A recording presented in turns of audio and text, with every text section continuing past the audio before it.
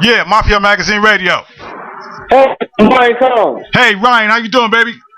I'm good, man. I'm good. How are you? I'm all right, man. Hold on for a second. Let me set you up real quick, all right? Sure. For all my listeners out there, man, I get the opportunity to sit down, man, with an incredibly exceptional writer, director, and producer, and he goes by the name of Ryan Combs. And we're going to sit down with Ryan for a little bit, man. He's going to give us a little glimpse, man, you know what I'm saying, of what he do and how and what it takes for him to get it done. So, Ryan, baby, how they treating you these days?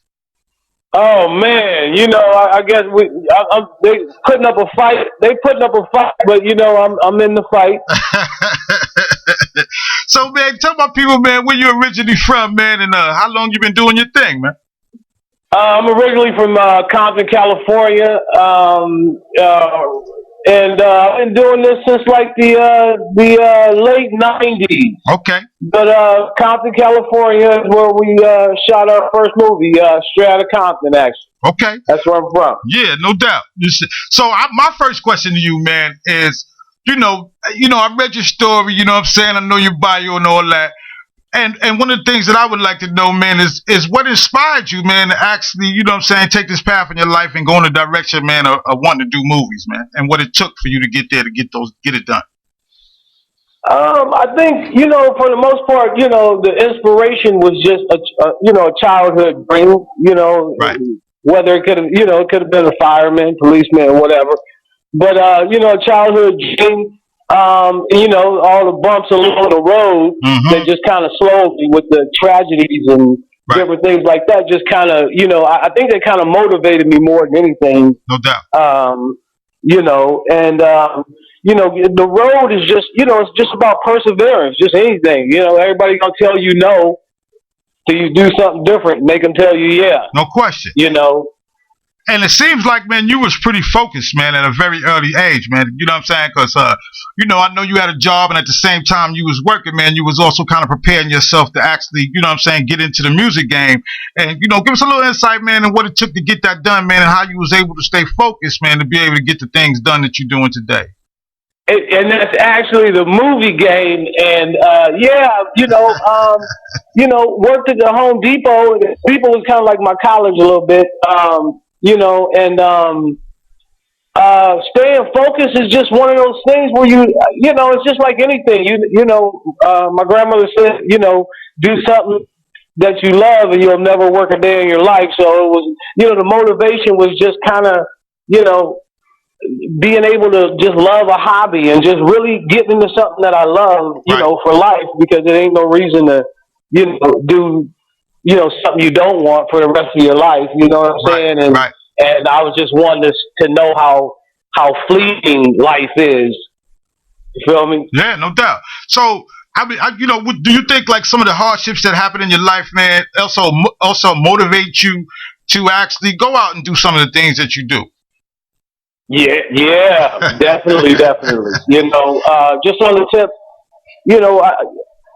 I just want more from myself and my family, obviously, and God, protected me along the way. And as we see, it was explosions and all that stuff going on, throughout my whole life. But God watched out, so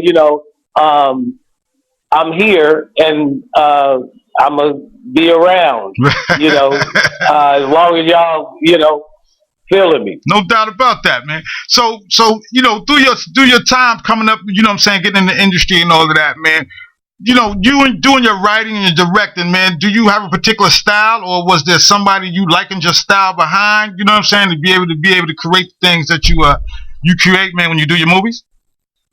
Yeah, I like all the greats just like anybody else. Some of the, like Spike Lee and those guys, and, John Singleton, Quentin Tarantino. I like all those guys just like, a lot of people do. And, as far as style goes, each picture to me, unless you're doing the same movie over and over, you're going to find different styles. But I understand, like a certain style, like, Quentin Tarantino has a certain style. But I just don't, I don't think I've boxed myself into a certain style. But I just, every movie just kind of feels a little different. Right. But I heard that people say I was kind of dark, so if dark is a style.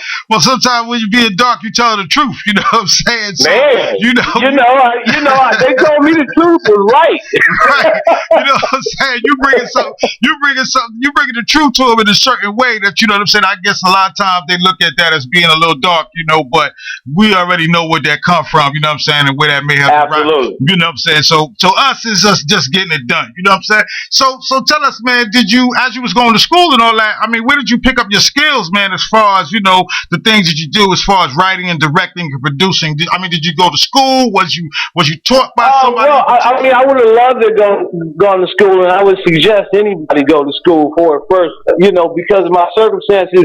No, I didn't have the opportunity to do like a, traditional schooling for it. So I got on movie crews while I was working at the Home Depot. Obviously I'm not going to be the job here, but I used to be a driver, and I would take the truck out, and I do my deliveries real quick, and then I'd go to movie sets, and I would work on movie sets and for free, to learn how to do it. So I basically learned how to do everything on a movie set, just about especially the things that would stop a show, like knowing how to change film intent. So I just made sure I learned how to do all that stuff that would stop the film. And then I cashed in my Home Depot stock, bought movie equipment, and took the movie equipment back to the old neighborhood in Compton, and me and the homies just made straight out of it.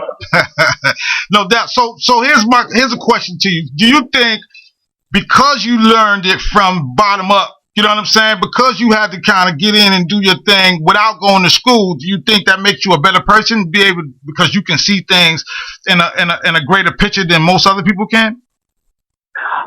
No, I definitely don't think it, makes me a better person. But, a lot of things, I've done a lot of movies. I've done a whole lot of movies. So, I kind of learned from trial and error. I've done 15 films, and that's a lot of films, so it's kind of like I had the opportunity to learn on each one of those films. But yeah, and then there's talent involved, and talent just kind of means that if you're still able to make a movie, I guess because that's how you keep making movies, is people buying your movies. So we've been doing it since '97, so thank God for that. And I hope that answers your question. Yeah, well, I get lost on me, so just keep me, don't get scared and be like, hey man, just come back. Hey, right, it's cool, because basically all I was asking, what I was actually asking was just basically, because you know what I'm saying, you did the things that you did, man, did that enhance your skill set because you was hands on, you know what I'm saying, and because you was hands on, you know what I'm saying, did that make you a greater person in producing and being creative in the things that you was doing? So that's what. Well, it's funny you say that. I just think I just got technically better. Right. I knew how to direct for editing, or I knew where So those were the things that were important. And I just think on the job training is always going to be the best thing. No doubt. So is it better? Yes, in a sense, and no, in a sense. If you it's no rocket science, right? To it, and I don't mean that in a bad way. I love the business that I'm in, and it just revolves around talent a lot, and we all like to think we have it, or right. But at the end of the day, we find out, one way or the other, and it doesn't mean that we're not. It just means that we got to find our audience, and the audience that I target is, just basically kind of how we grew up. No doubt. Kind of how we, the things we seen our parents doing, the things we, kind of just grew up around, the stories we heard, right. The hard lessons we learned. No doubt. So give me a story, man, on how your first movie came about, man, and all that it entailed, and what it took to actually get that done, to get you up and on your way. Like I said, I had to cash in my stock, options, and I had to, buy equipment and quit the Home Depot.